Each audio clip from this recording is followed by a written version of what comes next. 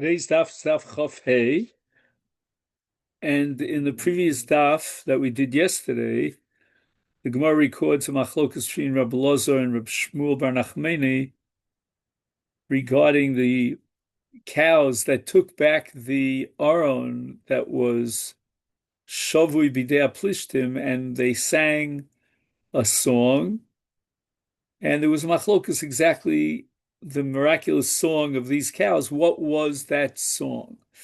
Now the Gemara is going to bring another machlokas between Rabbi Elazar and Rabbi Shmuel bar Nachmani regarding a different miracle. Vayidom hashemesh v'yareach amad ad yikom goy oivov. So this pasuk is referring in Sefer Yoshua to the great miracle of Shemesh b'Givon Dom, where Yoshua stopped the sun from setting and extended the day. And the pasuk says, "Hello, he." Isn't it so? The pasuk asks a rhetorical question. Ksuval Sefer Yoshar, that there's some sort of hint, if you will, to the great miracle of Yoshua stopping the sun in a Sefer Yoshar. So Gemara says, "My Sefer Yoshar." What is the pasuk referring to as Sefer Yoshar? Amar Rab Chia bar Abba, Amar Rab Yochanan, Zes Sefer Avram, Yitzchak v'Yakov shenikru Yisharim. So as we read yesterday in Parshas Balak, Bilam Harosha made a declaration that he wants to be buried, he wants to die the death of the Yisharim. And who are the Yisharim? They are Avram, Yitzchak, and Yaakov. Shenemar, what does Bilam declare? Tomos nafshi mos Yisharim. I would like to die the death of the great upright individuals. And who are these Yisharim? These Yisharim are the Avos. And in fact, in Netziv Mivalozhin, in his introduction in Emek HaNetziv on the Torah, in Parshas Breishis, he writes that the alternative name for the book of Breishis is the Sefer Yisharim, because Sefer Breishis obviously presents all the stories about Avram, Yitzchak, and Yaakov. So Bilam makes this declaration of his desire to die the exalted death of our Avos, because in each case of the three Avos, the Torah used the word Vayigva, which is some sort of a sublime description of a passage from this world into the next world. Vehechan Remiza, where is there a remez in Sefer Yisharim and Sefer Breishis to the great miracle of Yoshua? And the answer is, it says, and this is a pasuk in Perek Mem Ches of Breishis. It says there, "V'zaro yeh malo hagoyim." So we'll translate this pasuk literally, and it says that the awe of his offspring will fill the nations. And this was a bracha that was given to Ephraim by Yaakov Avinu, giving a bracha to his grandson, the son of Yosef, Ephraim. Ephraim was the ancestor of Yoshua. So when the pasuk says Vizaro, it's referring to Yoshua. And it says that the awe of Yoshua, meaning the great miracle that Yoshua is going to bring about, is going to create awestruck in the nations of the world. When will this sort of awe overcome the entire world? So now we get to the machlokas regarding how long was the sun suspended in the air instead of setting. Vayamod hashemesh bechatzi hashamayim v'lo otz lavo biyom tamim. The sun stood still in the middle of the sky. It did not hasten to set. And then it says, as long as a whole day. So these last words, biyom tamim, are going to be the subject of this sugya that we're going to learn today. V'kama, how many hours, instead of a normal 12-hour period of time, 6 in the morning and 6 in the afternoon in a perfect day, how many hours did the sun actually remain on the horizon on that day? So we have the first opinion, Omer Rabbi Yeshua ben Levi, Esrim v'arba shoy. Normally, of course, 12 hours. Multiplied by 2, because the pasuk seems to indicate another day, so you get another 12 hours of daylight, all told 24 hours of daylight. Ozel shis. So now what happens is you have the first 6 hours of the morning, and then v'kom shis. So the sun rises in the east, it reaches its zenith 6 hours later, and then it stands there, right there in the middle of the horizon, at the point of noon for another 6 hours. So we're already up to 6, which is the normal rising of the sun, and another 6, because the sun sort of froze right there in the zenith of the sky. Ozel shis. Now we have another normal 6 hours in which the sun moves towards the west from the zenith of noon. And then Kom Shis, it stands still for another 6 hours. So what we have is 6 hours at noontime, and then 6 hours towards the end of the day, in which the sun stays still. And that adds 12 hours to the normal 12 hours of sunlight. All told, Kula Milsa Kiyom Tamim. So in other words, this explains the last 2 words of the pasuk, Kiyom Tamim. So the sun stood still for what normally would have been a yom of sunlight, which is 12 hours. So it's 6 frozen, 6, and then another 6 frozen, all told 24 hours of daylight. That's the opinion of Rabbi Yeshua ben Levi. Rabbi Lazar Omer, Shloshim Vishis. He jacks it up by another 12 hours. So instead of 24 hours of sunlight, there is 36 hours of sunlight. Why?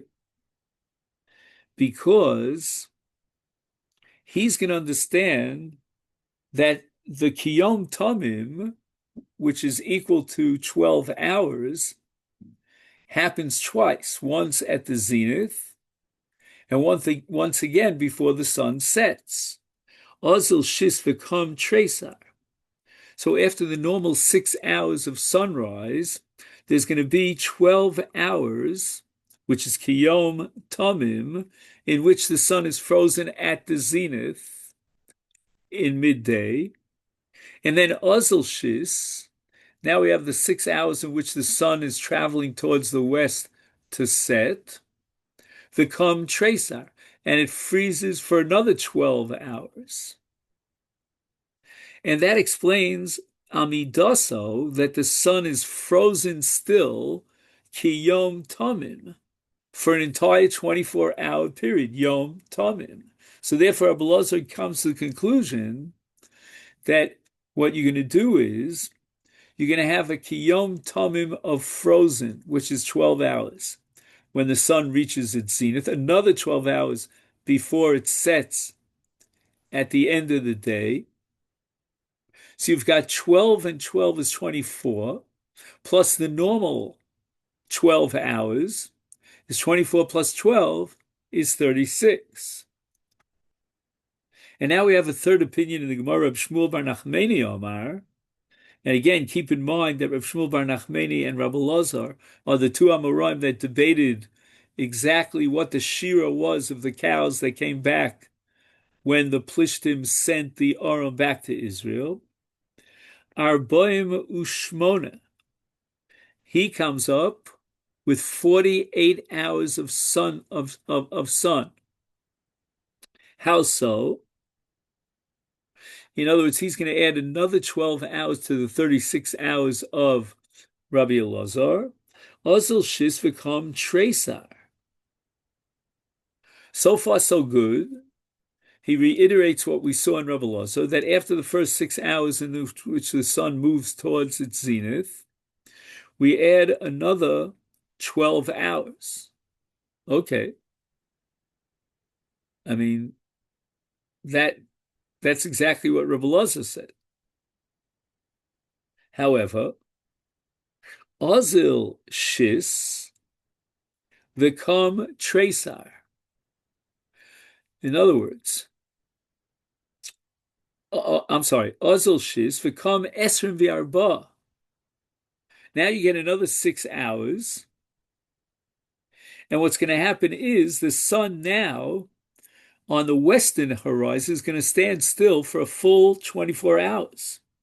Shenemar, based on the pasuk that we quoted, v'lo otzla vo kiyom tamim. Right, Michlal demei kara lav biyom tamim hava. In other words, now, at the end of the day, the sun freezes in its place for a full day, implying that until that point, it was only a fraction of the day.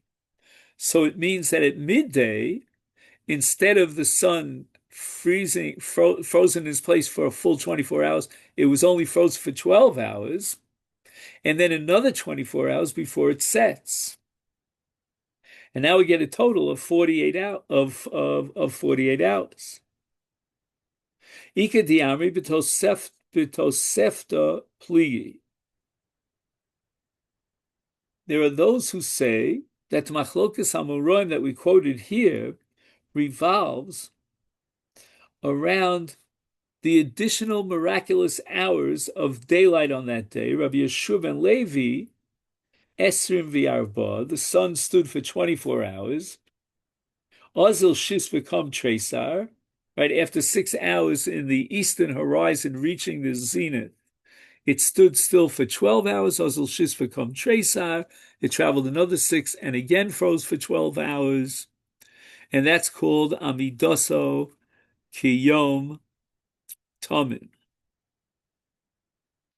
So now what we have is, according to this tradition of Rabbi Yeshua ben Levi, it comes out to be identical to Rabbi Elazar's opinion.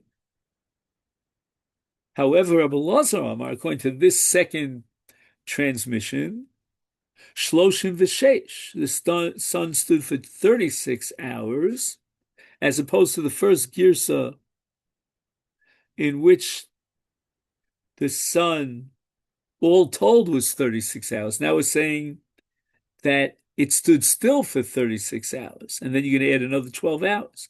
Is Shloshim v'sheish, right? So if you add the 12 to the 24, you end up with 36, as opposed to the first girsa of Ozil shis v'kam tresar, right? 6 hours, and then it stood still for 12 hours. Ozil shis v'kam esrim v'arba. And now we're saying, according to Rabbi Elazar, in the second transmission, it went 6 hours from the zenith down to the western horizon and stood there for 24 hours. So that means before the sun set, it froze for an entire day. So it implies that in midday it only stood for 12 hours, and now towards the end of the day it stood for 24 hours. And that's how we arrive at the conclusion it's a total of 36 hours.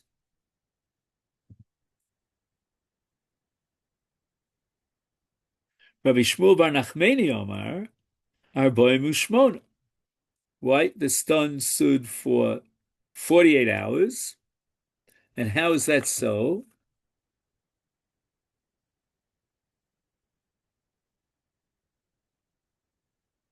Ozil shis v'kom esrim v'arba. All right, so after the 6 hours, it stood for 24 hours. That we didn't have yet. Ozil shis towards the last 6 hours in the west, v'kom esrim v'arba, another 24 hours. So he multiplies it by two. Notice the sun, when it froze, it was 24 hours and another 24 hours. And how did he get to that conclusion? Makish amidoso libidoso, right? Whenever the sun is moving on its own, which is twice, once in the morning till midday and another time in the evening, reaching from the zenith in midday till the end of the day, each time there was the same amount of standing still. Ma biyoso kiyom tomim. The Torah says explicitly that before the end of the day it lasted for a whole 24 hours. Afamidoso tomim, biyom tomim, so too at noontime it stood for 48 hours. I mean, another 24 hours, all told 48 hours. Tana, we learned in a Brisa, Kishem Sha'amdalo, we think that the only person in Jewish history who was able to keep the sun from setting was Yoshua. That's not so. Is Kach Amdalo Chamel Moshe. Moshe Rabbeinu also stopped the sun. Ulanakdimo Ben Gurion. So Nakdimo Ben Gurion is a sugya in Masechta Tainis on Daf Yutes. And what happened is Klal Yisrael went up for Aliyah L'Regel to Yerushalayim, and there was a drought. There was not enough water for the people who made Aliyah L'Regel to drink water. So Nakdim Ben Gurion went to a guy, and he said to him, you know what, lend me 12 wells of water for the use of the Oli Regel. I'll give you back 12 full wells of water by a certain date. In other words, I'm going to make sure that there's enough rain to fill those 12 wells so I can pay you back. And if I don't successfully pay you back these 12 wells, I'll pay you 12 talents of silver. That's an enormous amount of money. Anyway, the rains didn't fall, so it didn't replenish the wells. And therefore, the guy demands this huge amount of money, which we said was 12 talents of silver. Nakdiman replied, wait a minute, I have until nightfall. And it still might rain. And he starts davening. In the afternoon, every time the guy comes by, he sees Nakdiman davening, there's no rain, and he's making fun of him. He says, do you really believe there's going to be rain before nightfall? So Nakdiman went into the Beis HaMikdash, and he starts praying. He says, HaKadosh Baruch Hu, I didn't do this for my own honor, the honor of my father. I did it for your honor, so that the people of Israel could come on Aliyah L'Regel. If I did it for your glory, then make sure that the water is available. So immediately the sky became overcast, the clouds and rain fell. All 12 wells that were borrowed from this guy were filled with water to a higher level than when he borrowed them. But when he came out of the Beis HaMikdash, the guy threw him a curveball. And he says to him, give me the money for the extra water that you now owe me. In other words, he says that the rains came and it was after Shkia, it was after sunset, and you promised to return the water, the wells, before sunset. So Nakdima goes back into the Beis HaMikdash, again prays to Hashem, and Hashem holds up the sun, and the day had not ended, and Nakdimon said, I repaid my debt with the water on time. So the Gemara says the following: Yoshua Kroi, Nakdima Ben Gurion Gemara, LeMoshe Minalet. How do we know that Moshe Rabbeinu stopped the sun? And the Gemara has Gzera Shava.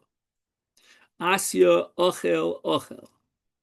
With regard to Moshe Rabbeinu, it says the word Ochel, and with regard to Yoshua, it says the word Ochel. Ksiv Hacha. Here it says, and this is a pasuk in Devarim Perik Beis, it says, Ochel Teis Pachtecha. I shall begin to place dread of you on the peoples. Uksiv Chosam B'Yoshua Chel Gadlecha. And there, with regard to Yeshua's great miracle, it says, I shall begin to exalt you. And the Zara Shava teaches us that just like Yeshua was able to implement a miracle and the sun stood still, so too Moshe Rabbeinu was able to do a similar miracle.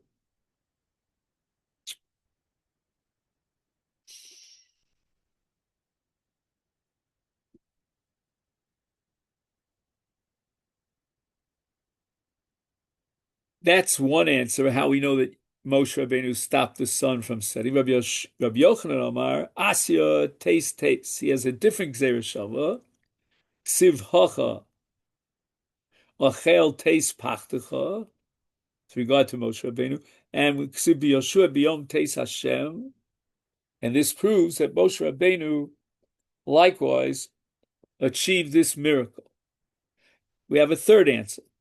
Rabbi Shmuel Bar Nachmani Omar, Mi Gufei Dekra Shamet Le. You just have to read the pasuk carefully, and you'll see that Moshe Rabbeinu had the sun stand. Asher Yishmeun Shimacha V'Rogzu V'Cholu Mipanecha. On this day I shall begin to place dread and fear of you on the peoples under the entire heaven. When they hear of your reputation, they will tremble and be anxious before you. When was this pasuk fulfilled, that the nations of the world will tremble and be anxious before you? When Moshe caused the sun to stand.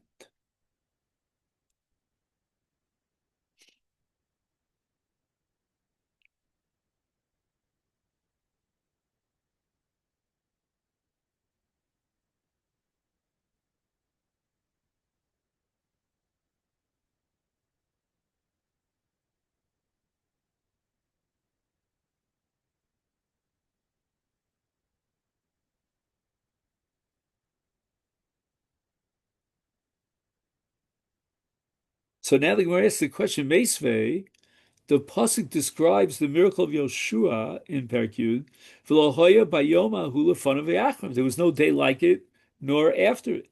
So how can you tell me that Moshe Rabbeinu, Nakdu, and Ben Gurion were able to achieve the same miracle as Yoshua? And the Gemara offers two answers. I'll tell you, Sha'os hu delo havi nefishi kuli hai. According to one man, the Omar, Yoshua had caused the sun to stand for as many as 48 hours. That was not duplicated neither by Moshe Rabbeinu nor by Nagdumian. Ibai same another answer. The Gemara says, Avnei barad lo havu. What happened is that not only did Yoshua cause the sun to stand, but he also brought down hailstones to kill the enemies from the heavens. The Chsiv Vayibin Soa Mipnei Yisrael Heim B'Morad Beit Choron. Vashem Hishlich Aleim Avonim Gedolos Min Hashamayim Ad Azika Vayamusu.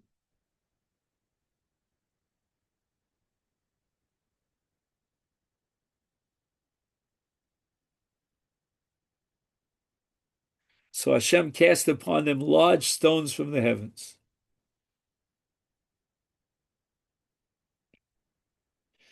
Now we go back to a discussion about Sefer HaYoshar. Ksiv Vayomer Lelamed B'nei Yehuda Koshes. Right? We have to teach the children of Yehuda the archer's bow. Right? Which is called in Hebrew, a keshes is a bow. Yehuda is that shevet that is at the forefront of the military battle against their enemies. Hine ksuva al Sefer Yoshar, my Sefer Yoshar, and Omer Abchia bar Abba Omer Ab Yosef Sefer Avram Yisrael Yaakov Shnikra Yisharim, Tichsiv Tomos Nafshi Mos Yisharim Uti. Hecha Remisa. Where do we find in Yoshua in Sefer Bereshis a remez to the fact that Yehuda is going to be the master of archery? Yehuda to yodecha, yoducha achecha, yodcha bi'oref oivecha. Your brother shall acknowledge your hand will be at the nape of your enemies. Now notice that it says yodcha in the singular, your hand. Ezi milchama shetzricha yad keneged oref. Which method of warfare requires the hand to be raised opposite the nape? In other words, this is the nape of the neck, and apparently when you hold the bow, then you pull back the string right here around your nape, and that gives it a projectile. Is Haviomizu Keshes. However, the Gemara offers another pshat. Rabbi Shmuel bar Nachmani Omar, Zeh Sefer Shoftim, that the Sefer Yisharim is not a reference to Bereshis, but rather to Shoftim, the book of Judges. Amai Korole Sefer Yashar, Tichsiv Bayom Mahem, Ein Melch B'Yisrael, Ish HaYosher Ben of Yaseh. So you see the word Yashar appears in the book of Shoftim. The Hechan Remisa, where in the book of Shoftim is there any remnants to the fact that Yehuda would be the expert at archery? L'man das doros b'nei Yisrael lamda milchama. The generations of the children of Israel would know to teach them warfare. Ezi milchama shetzricha limud. What kind of method of warfare requires teaching every omezu keshes? The archer's bow.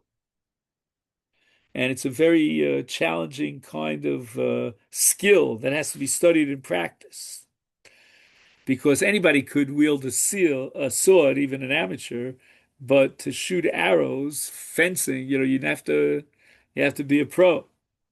We know in the view the ksib, but it doesn't say that this pasuk of teaching your children to be archery doesn't say anything about Yehuda. And the Gemara answers the ksiv. It says Mia lelanu el haknani b'tchilu lochem bo.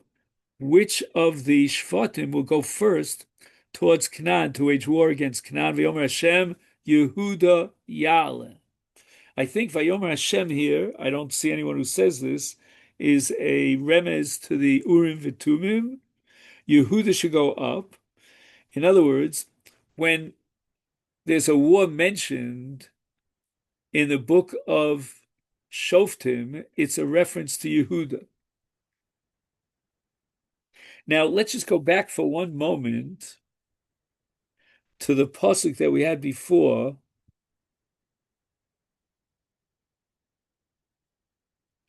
Of Atayu Ducha Achecha Yodcha Bioref Oivecha. Ezi Milchama Shetzricha Yad Keneged Oref Hevyomezu Kesh. So we said that the Oref is where he pulls the arrow back in order to give it projectile. However, the Marshal learns a different shot. He says that the nape here, Oref, is referring to the nape of the enemy, which means that, when it comes to archery, you really have to get kind of close to your enemy because, it's very hard to shoot an arrow and hit your target accurately at a very great distance. So it's almost like face-to-face battle. And when Yehuda would shoot the arrow, it would literally, go into the nape of the Canaanim, of the enemy. Vayoram hataboch es hashok ve'oleh vayosem lifnei Shaul. Here we have another case of a machlokes Amoroim between Reb Shmuel bar Nachmani and Reb Elazar about the interpretation of the pasuk. The cook lifted up the shank and what was upon it and placed it before Shaul. We're talking about the first day that Shmuel, the Navi, met Shaul, and he prepared him for the Mashiach Lios Melech. Hashem told Shmuel that Shaul would come to him, and we arrived. Shmuel seated him at the head of a banquet that he had prepared. Shmuel ordered the cook to bring a special portion that was set aside for Shaul in advance, and the cook brought him, quote unquote, shok v'ha'alya. Now, the word v'ha'alya has different meanings. As we'll see, three opinions of what alya means, but literally it means on top. So he brought him the shank and what was on top. Rabbi Yochanan Omar shok v'alya. So the word alya refers to the hindquarters of the animal, which is considered the best delicacy, as we saw in the Gemara Psachim in Perek Aleph. Right? My ve'ha'aleha. So what does it mean that this portion called the alya is described as what is upon it? When an animal stands, then the shank bone is sort of underneath the tail to support the tail. Rabbi Lazar Omer, shok v'chaze. It means the shank and the breast. My v'oleha. So what is the word v'oleha? That which is upon it. You place the breast upon the shank when you need to perform the waving service of the offering umenafele. So we're talking about the mitzvah of tnufa in carbon shlamim or carbon nazir.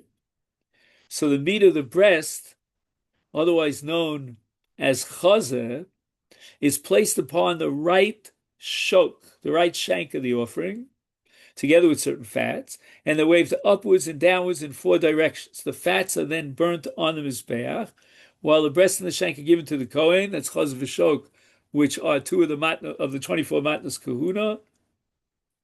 And the animal that was served to Shmuel at this banquet was actually a korban shlomim that was brought on a bomas yachid.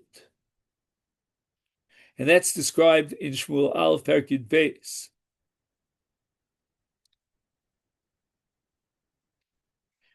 Now, in the case of a bomas yachid, the chaz v'shok are not given to the Kohen, but could be eaten by Yisraelim, and therefore Shmuel would eat the chaz v'shok as if he were a Kohen, because it was brought on a private mizbeach of bomas yachid. The waving service with the breast and the shank is not performed on a private mizbeach. That's a sugya zvachim, which we'll get to in Mitzvah Hashem in about 3 months. And nevertheless, these portions were waved and given to a Kohen when the offering is made at a communal order, and they're most valuable part of the korban. So therefore, they were served to Shaul. That's according to Rabbi Elazar. Rav Shmuel Nachmani Omer, shok v'shofi, the shank and the cap of the thigh bone. My v'oleha. Why is the Tanakh describing the cap of the thigh bone as what is upon it? Shofi ilove de shokoi. The cap of the thigh bone rests on top of the shank. Okay, now we get to the question of yichud. The Mishnah says, "Lo tisyachid isha imoim." A woman, a Jewish woman, is not allowed to be alone in a private, secluded area with a guy. If you're talking about she's going to be alone with one guy. Now, the Torah seems to be saying that there's some sort of a chumrah here because she's secluded with a guy. So the Gemara asks, "Tekavasi gab Yisrael mishari." This is not a chumrah. She's not allowed to be alone in a secluded place with a Jew. Why are you telling me, no, she can't be alone with a guy? A Jewish man is not allowed to be alone with 2 women. So how much more so he's not allowed to be alone with 1 woman? So why do you tell me that the seclusion of a woman with a guy is asur?